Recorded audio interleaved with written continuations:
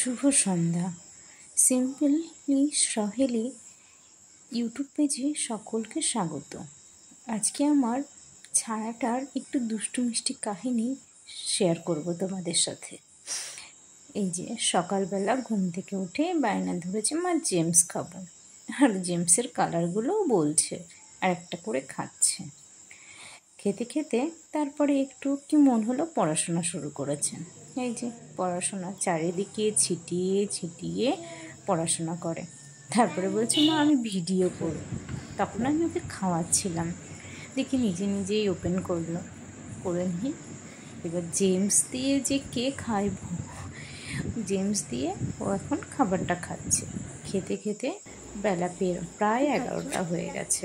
তারপরে সে ওয়াটারমেলন খাবে।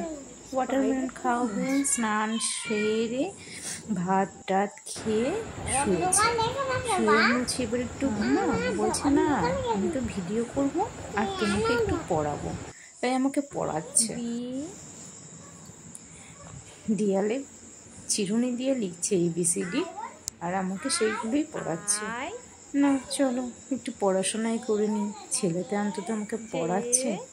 এই করতে করতে প্রায় 1টা হয়ে গেল, দিয়ে ঘুমালো।